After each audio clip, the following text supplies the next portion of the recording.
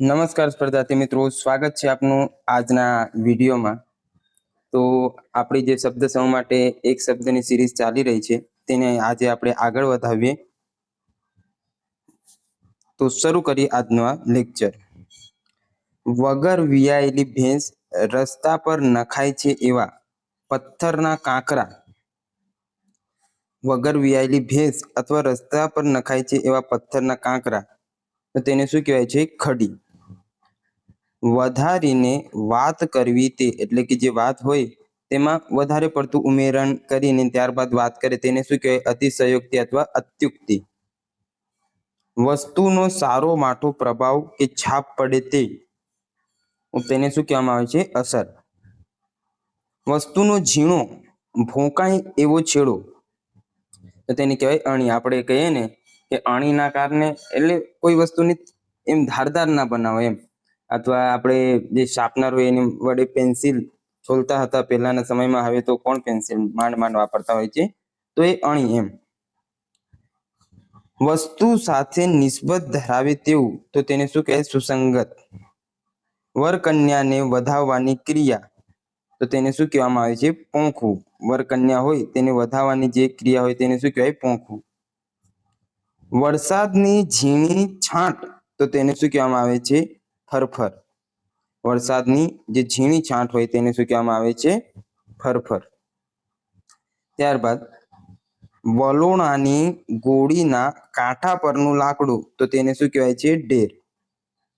વધારે પડતા મોજ શોખ કરનાર એટલે વધારે પડતું આમ ગમ્મત કરનાર એટલે વધારે પડતું મોજ શોખ કરનાર, તેને શું કહેવાય? છેલ બટાવ। વર્ણ લંબાવીને કે રાગડો તાણીને બોલવું તો તેને શું કહેવામાં આવે છે? લહેકો। વાડમાંથી જવા આવવાનું કરેલું બાંકું કે માર્ગ, અથવા વાડામાં રાખેલું બાંકું કે માર્ગ, તો તેને શું કહેવાય છે? છીંડું। વાસણ પર વાસણની ઊભી ગોઠવણી, તો તેને શું કહેવાય છે? ઉતરડ। વાસણ હોય તેના ઉપર બીજું વાસણ ગોઠવીને જે ગોઠવણી કરવામાં આવે તેને શું કહેવાય છે? ઉતરડ। વારંવાર કરી જોયેલું, તો તેને શું કહેવાય છે? અભ્યસ્ત। વાડી કે નથમાં જડેલું નંગ, તો તેને શું કહેવાય છે? ખીમણું। વાર્ષિક મરણ તિથિ, તો તેને શું કહેવાય? સંવત્સરી। વાર્ષિક જે મરણ તિથિ હોય તેને શું કહેવાય? સંવત્સરી। વારસા વિશેનું લખાણ, તો તેને શું કહેવામાં આવે છે? વસિયતનામું। વારસા એટલે કે આપણા બાપ દાદાઓ જે જાગીર આપી ગયા હોય તેના વિશેનું લખાણ, તો તેને શું કહેવાય? વસિયતનામું। વાંસની છાછરી ટોપલી, તો તેને શું કહેવામાં આવે છે? છાબ। વાંસની ચીપટોના ટોપલા ટોપલી ગૂંથનારો, તો તેને શું કહેવામાં આવે છે? ગાંચો। વાંસની ચીપટોના ટોપલા ટોપલી ગૂંથનારાને શું કહેવાય? ગાંચો। વિવર્ણ થવું કે હોવું તો તેને શું કહેવાય છે? વૈવર્ણ્ય। વૈવર્ણ્ય વિવર્ણ થવું કે હોવું વિષયની વ્યક્તિનિષ્ઠ સમજની તરફ જવું તો તેને શું કહેવાય છે? અભિગમ। વિશ્વાસ મૂકવા યોગ્ય વચન, તેને શું કહેવાય છે? આત્મવચન। વિરાટ રાજાનો સાળો અથવા તો પોલો વાંસ, તો તેને શું કહેવાય છે? કીચક। વિરાટ રાજાનો સાળો અથવા પોલો વાંસ, તો તેને શું કહેવાય? કીચક। વિચાર ન કરે એવું અથવા તો ફિકર વગરનું, તો તેને શું કહેવાય? અવિચારી અથવા તો બેફિકરું। વિદ્યા કે વિદ્વાનોના મંડળનું ધામ, તો તેને શું કહેવાય છે? અકાદમી। વિરહથી ઉત્કંઠ કે ચિંતામાં પડેલી સ્ત્રી, તો તેને શું કહેવાય છે? વિરોધકંઠા એટલે કે જુદાઈના કારણે, વિરહ એટલે જુદાઈના કારણે, ઉત્કંઠ એટલે કે ચિંતામાં પડેલી જે સ્ત્રી હોય તેને શું કહેવાય? વિરોધકંઠા। ત્યારબાદ આગળ જોઈએ, મીઠીથી માણ પર તાલ આપી કથા કહેનાર વ્યાસ, તો તેને શું કહેવામાં આવે છે? માણભટ્ટ। મીઠીથી આમ જે હોય માટલા જેવું એના પર તાલ આપી આપીને જે કથા કહે તેને શું કહેવાય? માણભટ્ટ। વેદની ઋચાઓનો સમૂહ અથવા નાનું પ્રકરણ, તો તેને કહેવાય? કંડિકા। વૃદ્ધાવસ્થા કે મૃત્યુ ન આવે તેવું, તો તો તેને શું કહેવામાં આવે છે? અજરા અમર. વૃદ્ધાવસ્થાએ ના આવે ને મૃત્યુ પણ ના આવે તો તેને શું કહેવાય? અજરા અમર. વૃક્ષાની ડાળી તો તેને શું કહેવાય? તરુ વિટપ. વૃક્ષોની ડાળી હોય તેને શું કહેવાય છે? તરુ વિટપ. વ્યાજ સ્તુતિ જેમ મર્મ છુપાવીને કહેવું તે તો તેને શું કહેવાય છે? વ્યાજોક્તિ. શબને બાળવા શેષ રહેતા હાડકા. જે આપણે શબને બાળી દઈએ એટલે કે લાશને બાળી દઈએ અને પછી જે શેષ વધે હાડકા એને શું કહેવાય? અસ્થિ. શહેરથી નાનું અને ગામડાથી મોટું ગામ તો તેને શું કહેવાય છે? કસ્બો. શરીરની અંદરની ગ્રંથિ કે નાડીમાંથી ઝરતા સ્ત્રાવ અંગેનું તો તેને શું કહેવાય છે? અંતઃસ્ત્રાવી. શબ્દોથી વર્ણવી ન શકાય તેવું તો તેને શું કહેવાય? શબ્દાતીત. જે શબ્દોથી ન વર્ણવી શકાય તેને શું કહેવાય? શબ્દાતીત. શબ્દસહ નહીં પણ મૂળના ભાવવાળો તાત્પર્ય સૂચક અનુવાદ તો તેને શું કહેવામાં આવે છે? ભાવાનુવાદ. ત્યારબાદ આગળ જોઈએ. શબ્દોના વધુ પડતા ઉપયોગ વાળું તો તેને શું કહેવાય? શબ્દાળુ. શાસ્ત્રમાં જેને ખાવાનો નિષેધ છે તેવો તો તેને શું કહેવાય? અભક્ષ્ય. શાસ્ત્રમાં જેને ખાવાનો નિષેધ છે તેવો તો તેને શું કહેવાય? અભક્ષ્ય. શિવને અર્પણ થયેલું હોય તે તો તેને શું કહેવાય? શિવ નિર્માલ્ય. શિવની સ્તુતિનું એક વૈદિક સૂક્ત તો તેને શું કહેવામાં આવે છે? રુદ્રી. શિવની સ્તુતિનું એક વૈદિક સૂક્ત હોય તેને શું કહેવાય છે? રુદ્રી. શુભ સમાચાર આપતો પત્ર અથવા લગ્નાદિ શુભ પ્રસંગની આમંત્રણ પત્રિકા તો તેને શું કહેવામાં આવતી હોય છે? કંકોત્રી. શું કરવું તે સૂજે નહીં તેવી અવસ્થા તો તેને શું કહેવાય? કિંગ કર્તવ્ય મૂળ. શું કરવાનું છે તેવું સૂજે નહીં તેવી જે અવસ્થા હોય તે તેને શું કહેવાય? કિંગ કર્તવ્ય મૂળ. શેરડીનો ઉકાળેલો રસ તો તેને શું કહેવાય? અઘોટી. શેષ રાખ્યા વિના ભગાય નહીં તેવું તો તેને શું કહેવામાં આવે છે? અવિભાજ્ય. એટલે શેષ રહી જાય, આપણે ભાગાકાર કરી અને છેલ્લે જે વધે તે બચી જ જાય તો તેને શું કહેવામાં આવે છે? અવિભાજ્ય. ત્યારબાદ શોકના આવેશમાં છાતી કૂટવી તે તો તેને શું કહેવાય? છાજ્યું. શોક એટલે કે દુઃખ ના આવેશમાં એટલે કે એ દુઃખમાં આવીને એના જોરમાં આવીને છાતી કૂટવી તે તો તેને કહેવાય છાજ્યું. શોકમાં હોય તેવા ચહેરા વાળું અથવા તો શોક વાળું તો તેને શું કહેવાય? સોઘિયું. શ્રીમંતોની મદદથી ચાલતો વહીવટ એટલે પૈસાદારોની મદદથી ચાલતો વહીવટ તો તેને શું કહેવાય? શ્રીમંત શાસન. સર્વને વશ કરવાની શક્તિ તો તેને શું કહેવાય છે? વશિત્વ. સમાન અર્થવાળો અન્ય ભાષાનો શબ્દ તો તેને શું કહેવાય છે? પર્યાય. સમાન અર્થ હોય પણ અન્ય ભાષાનો જે શબ્દ હોય તેને શું કહેવાય છે? પર્યાય. સર્વ રાષ્ટ્રોને કે તેમના સંબંધને લગતું તો તેને શું કહેવાય? આંતરરાષ્ટ્રીય. બધા રાષ્ટ્રોને તેમના સંબંધને લગતું હોય તેને શું કહેવાય? આંતરરાષ્ટ્રીય. સરકાર તરફથી ખેતી માટે આપવામાં આવતા નાણાં અથવા આપવામાં આવતું ધિરાણ તો તેને શું કહેવાય? તગાવી. સમજ્યા વગરની ખોટી આસ્થા હોવી તે તેને શું કહેવાય? અંધશ્રદ્ધા. કે આમ કંઈ પણ વસ્તુ જે લોજિકલી ના હોય તેનામાં માને તો તેને શું કહેવાય? અંધશ્રદ્ધા.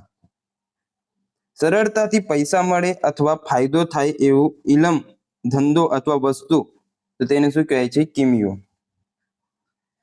સત્યને ટકાવી રાખનાર તે તો તેને શું કહેવાય? ઋતુંભર. સત્યને ટકાવી રાખનાર તેને શું કહેવાય? ઋતુંભર. સતત અને ઊંડો અભ્યાસ તો તેને શું કહેવામાં આવે છે? અનુશીલન. સતત અને ઊંડો એટલે કે ગહેરાઈ પૂર્વકનો અભ્યાસ તેને કહેવાય અનુશીલન. સવારે ઉઠીને તરત પાણી પીવું તે તો તેને શું કહેવાય છે? ઉત્સહપાન. ઉઠી જાય ને તરત જ પાણી પી લે તેને શું કહેવાય? ઉત્સહપાન.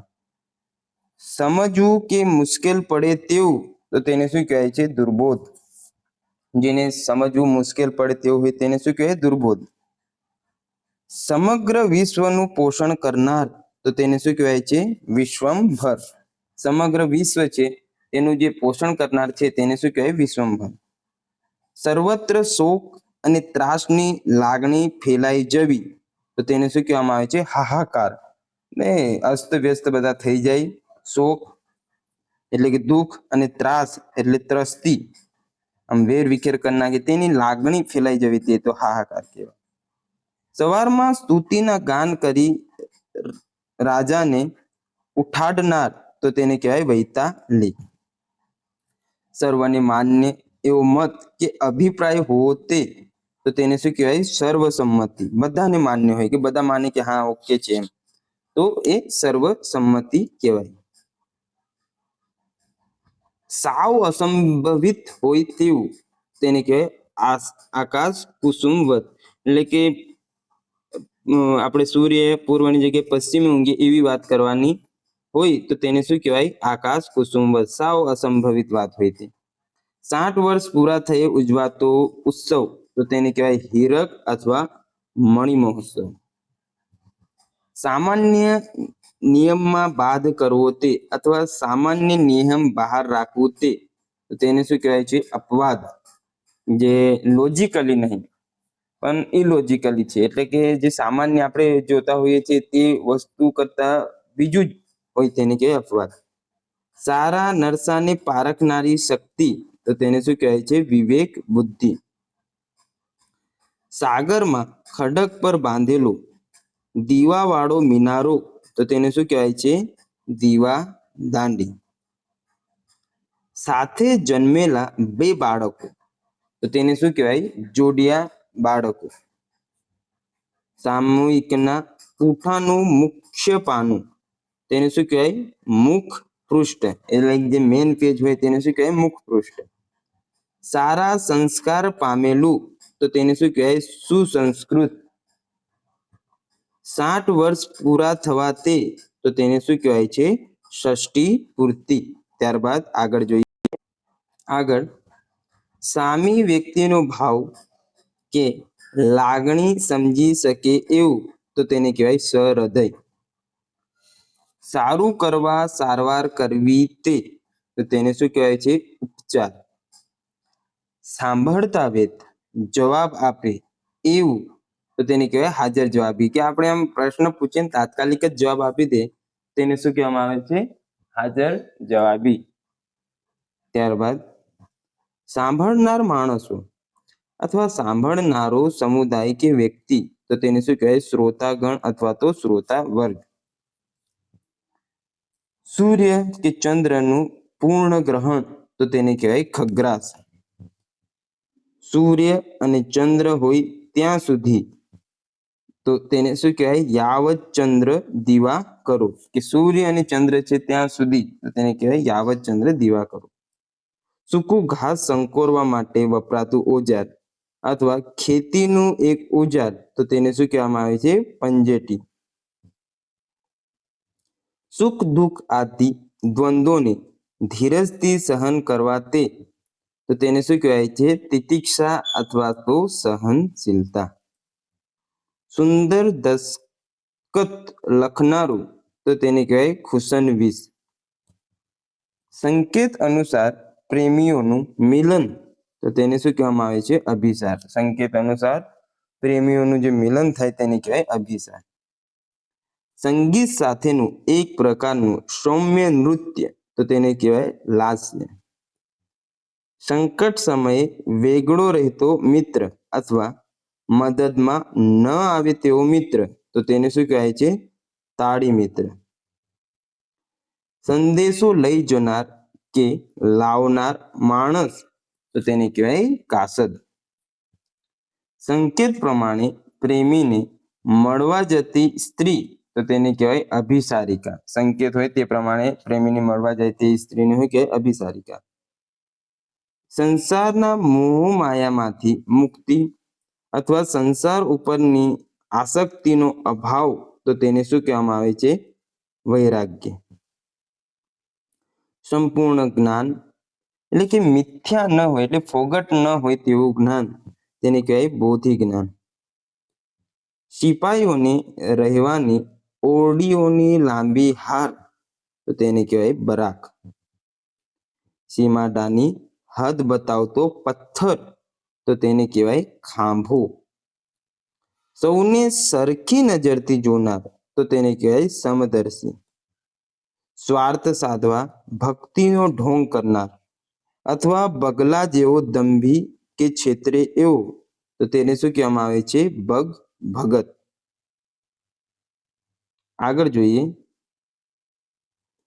સ્વર પછી ઉચ્ચારાતો અનુનાસિક વર્ણ તો તેને શું કહેવાય છે? અનુસ્વાર. સ્થાન પરથી હટાવી દીધેલ વ્યક્તિ તો તેને કહેવાય પદચ્યુત અથવા તો પદભ્રષ્ટ. જે એની હોદ્દો હોય એના પરથી હટાવી દીધેલ વ્યક્તિને પદચ્યુત અથવા પદભ્રષ્ટ કહેવાય. સ્ત્રીઓનું કાનનું ઘરેણું તો તેને કહેવાય લોડિયું. સ્ત્રીના મરણ સુધી પતિ જીવતો હોય તેવું સૌભાગ્ય તો તેને કહેવાય અખંડ સૌભાગ્ય. સ્વાદ વગરનું કે ખરાબ યા બગડેલા સ્વાદનું તો તેને કહેવાય નિસ્વાદ અથવા તો બેસ્વાદ. સ્વાર્થનો વિચાર કર્યા વગર અથવા તો સ્વાર્થ રહિત તો તેને શું કહેવાય છે? નિસ્વાર્થ. સ્મારક તરીકે ઊભી કરેલી ખાંભી તો તેને શું કહેવાય છે? પાળીઓ. હરણ જેવા નેત્રવાળી તો તેને શું કહેવાય? હરિણાક્ષી અથવા મૃગનયની. હંસના જેવી ચાલ ચાલનારી અથવા હંસ ગતિથી ચાલનારી તો તેને કહેવાય હંસગામિની. હંસના જેવી ધીમી મોહક ચાલ તેને કહેવાય હંસ ગતિ. હાથીને હાંકવાનું કે કાબુમાં રાખવાનું સાધન તો તેને શું કહેવામાં આવે છે? અંકુશ. હાથે લખેલી કોઈ લખાણની મૂળ પ્રત તો તેને શું કહેવાય છે? હસ્તપ્રત. હરામનું ખાવા ઈચ્છનારું તો તેને શું કહેવામાં આવે છે? હરામખોર.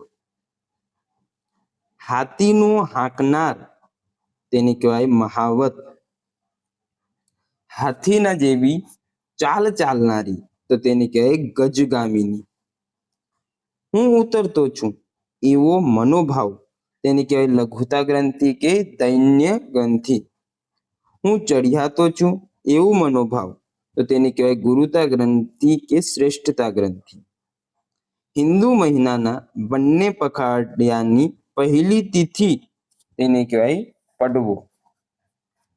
હિસાબ તપાસનાર તો તેને કહેવાય અન્વેષક. હોય તેનાથી ઉલટું જ સમજવું કે સમજાવવું તે તો તેને કહેવાય વિપર્યાસ. હૃદય ચીરી નાખે તેવું અથવા હૃદયને ચીરનારું તો તેને કહેવાય હૃદય વિદારક. અગાઉથી ભવિષ્યનો વિચાર કરી શકનારી બુદ્ધિ તેને કહેવાય અગમ બુદ્ધિ. હવે આ શબ્દ સમૂહ છે ભાષા સૌંદર્યના. અર્થ સમજવા અનુક્ત પદ અથવા અર્થનું ઉમેરણ તેને કહેવાય અધ્યાહાર. આળસુ કે વ્યસનીઓને માટે એકઠા મળવાની જગા તેને કહેવાય અડ્ડો.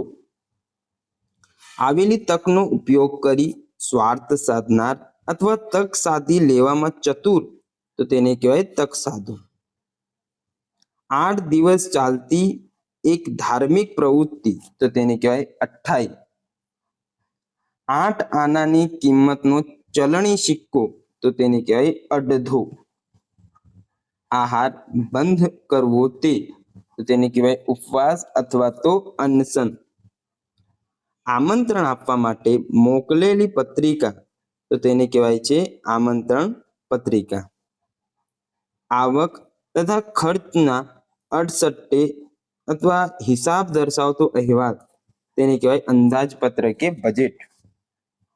આંખોમાંથી દુઃખ કે હર્ષ વખતે ટપકતા ટીપા તેને કહેવાય આંસુ.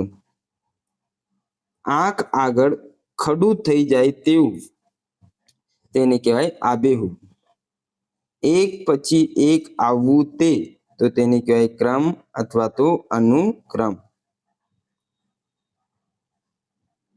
એક કંદ જેની સૂંઠ બને છે તે તેને કહેવાય આદુ. એક એક દાડાને આંતરે આવતો તાવ તેને કહેવાય એકાંતરિયો.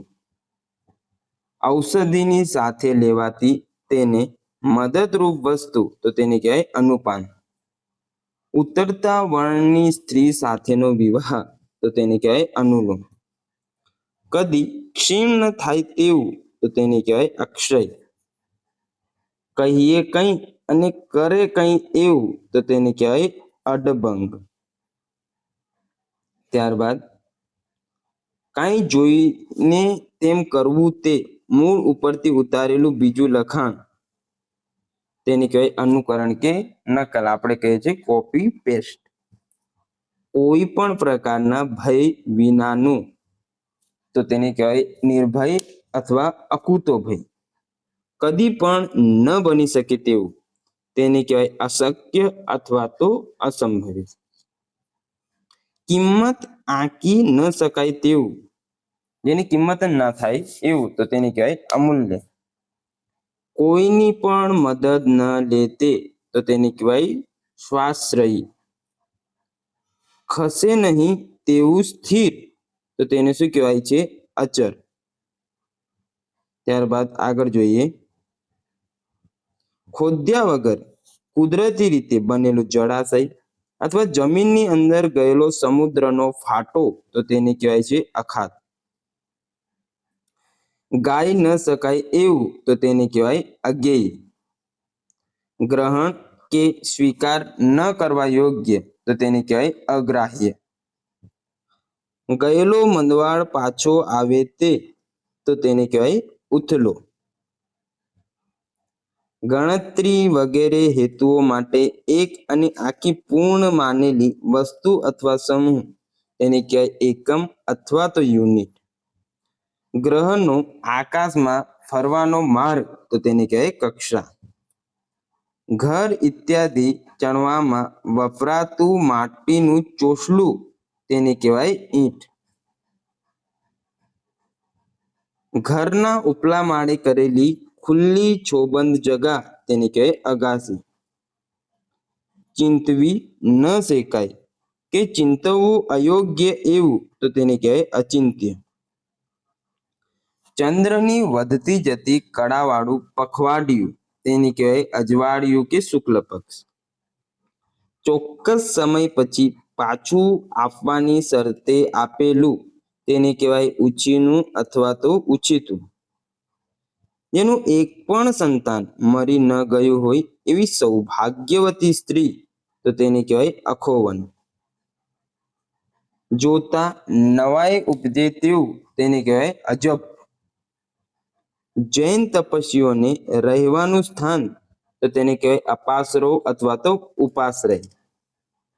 જેનો ભંગ નથી થયો એવું બ્રહ્મચર્ય તો તેને કહેવાય અખંડ બ્રહ્મચર્ય. જેમાં શરીર પછી આછી પાણીવાળી ફોલ્લી નીકળતી હોય એવો રોગ તેને કહેવાય અછબડા. ત્યારબાદ આગળ જોઈએ.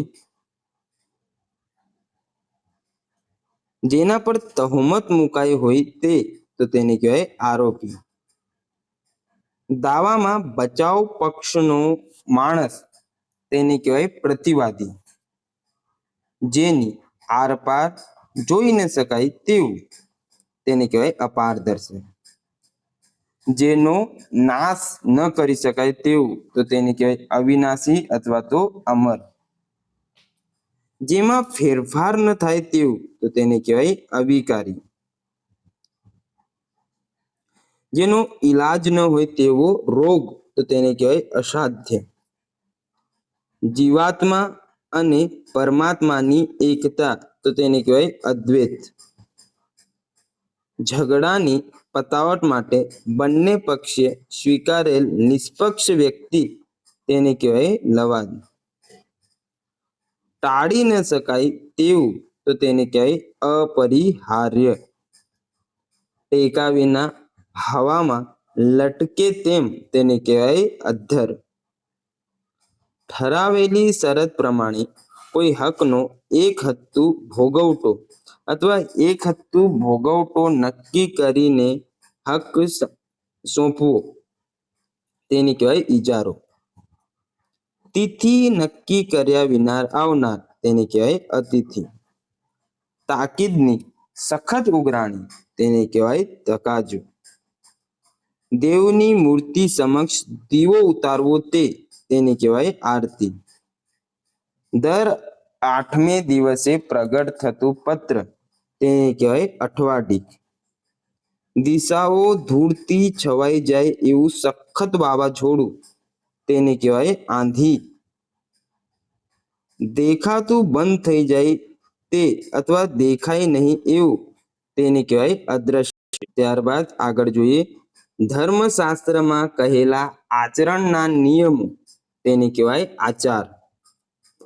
ન કરી શકાય એવું અગમ્ય તો તેને કહેવાય અકળ. ન ખાવા જેવું કે ન ખાઈ શકાય તેવું તેને કહેવાય અખાજ અથવા અખાદ્ય. નહીં ગદ્ય કે નહીં પદ્ય એવું તો તેને કહેવાય અપદ્યાગદ્ય. નામ જોડે મૂકવામાં આવતું ઉપનામ તો તેને કહેવાય અટક. નિવારી ન શકાય તેવું તો તેને કહેવાય અનિવાર્ય.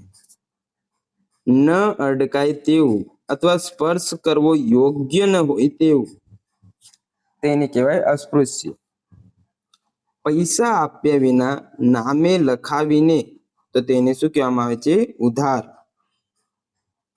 આપણે લેતા હોઈએ છીએ જે સામાન્ય રીતે. પગ મૂકી શકાય નહીં એવું તેને કહેવાય અગોચર. પદોનો પરસ્પર યોગ્ય સંબંધ તેને કહેવાય અન્વય. 25 વર્ષ પૂરા થયે ઉજવાતો ઉત્સવ તેને કહેવાય રજત મહોત્સવ. 50 વર્ષ પૂરા થયે ઉજવાતો ઉત્સવ તેને કહેવાય સુવર્ણ મહોત્સવ. પુષ્પાદિક સુગંધીદાર પદાર્થનો અર્ક તેને કહેવાય અત્તર. પધારો એમ કહ્યું તેને કહેવાય આવકાર અથવા તો સ્વાગત. બોલી ન શકે તેવું તેને કહેવાય અબોલ. બાંધકામ ઇત્યાદિની યોજના કરનાર નિષ્ણાત અથવા બાંધકામ, વીજળી વગેરે સાથે સંકળાયેલી કોઈ વિદ્યાનો જાણકાર તેને કહેવાય ઇજનેર.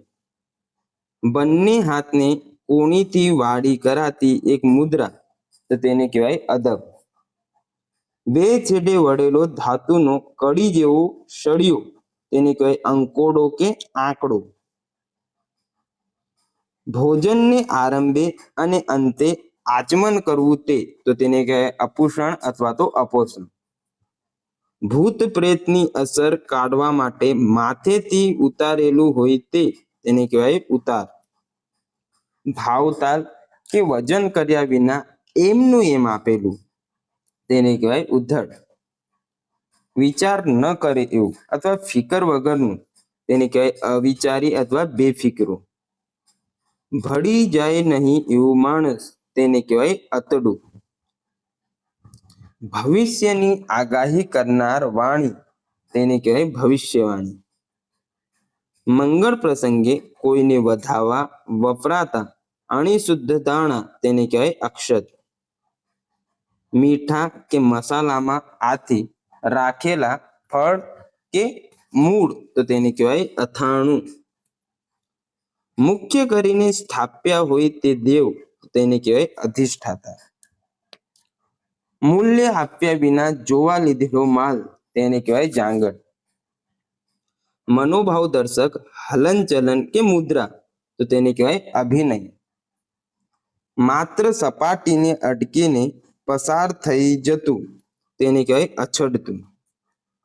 મીઠું પકવવાની ક્યારી કે જમીન તેને કહેવાય અગર. માપી ન શકાય તેવું તો તેને કહેવાય અપરિમેય. મૂકેલા નાણામાંથી પાછું લેવું તેને કહેવાય ઉપાડ. રસોઈ અને જમવાની જગાને છાણા માટીથી લીપવી તેને કહેવાય અબોટ. લાગતા વળગતાની જાણ માટે ફેરવાતો કે મોકલાતો પત્ર તેને કહેવાય પરિપત્ર. લાકડા વહેરવાનું એક ઓજાર તો તેને શું કહેવાય કરવત. સ્વાર્થ સાધવા ભક્તિનો ઢોંગ કરનાર અથવા બગલા જેવો દંભી કે છેતરે એવું તો તેને કહે બગભગત. વસ્તુનો સારો માઠો પ્રભાવ કે છાપ પડે તેને કહેવાય અસર. વસ્તુનો ઝીણો ભોંકાય એવો છેડો તો તેને કહેવાય અણી. શાસ્ત્રમાં જેને ખાવાનો નિષેધ છે એવું તેને કહેવાય અભક્ષ્ય. સંકેત અનુસાર પ્રેમીઓનું મિલન તેને કહેવાય અભિસાર. સામાન્ય નિયમમાં બાદ કરવો તે અથવા સામાન્ય નિયમ બહાર રાખવું તેને કહેવાય અપવાદ. સારું કરવા સારવાર કરવી તેને કહેવાય ઉપચાર. સમજ્યા વગરની ખોટી આસ્થા હોવી તેને કહેવાય અંધશ્રદ્ધા.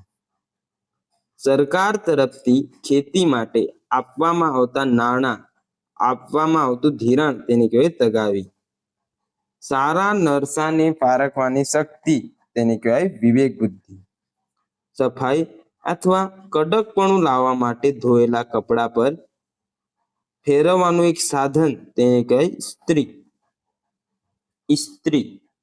સ્વર પછી ઉચ્ચારાતો અનુનાસિક વર્ણ તેને કહેવાય અનુસ્વાર. હાથીને હાંકવાનું કે કાબુમાં રાખવાનું અણીદાર વાકડિયા વાળું સાધન તો તેને કહેવાય અંકુશ. તો મિત્રો ત્યારબાદ આપણે જે ભાષા વિવેકના શબ્દો જે નેક્સ્ટ લેક્ચરમાં જોઈશું અને આપણો છેલ્લો લેક્ચર રહેશે. પછી આપણે PYQ એટલે પાસ્ટ યર ક્વેશ્ચન જોવાના છીએ. મળીએ નવા લેક્ચરમાં, ત્યાં સુધી જોડાયેલા.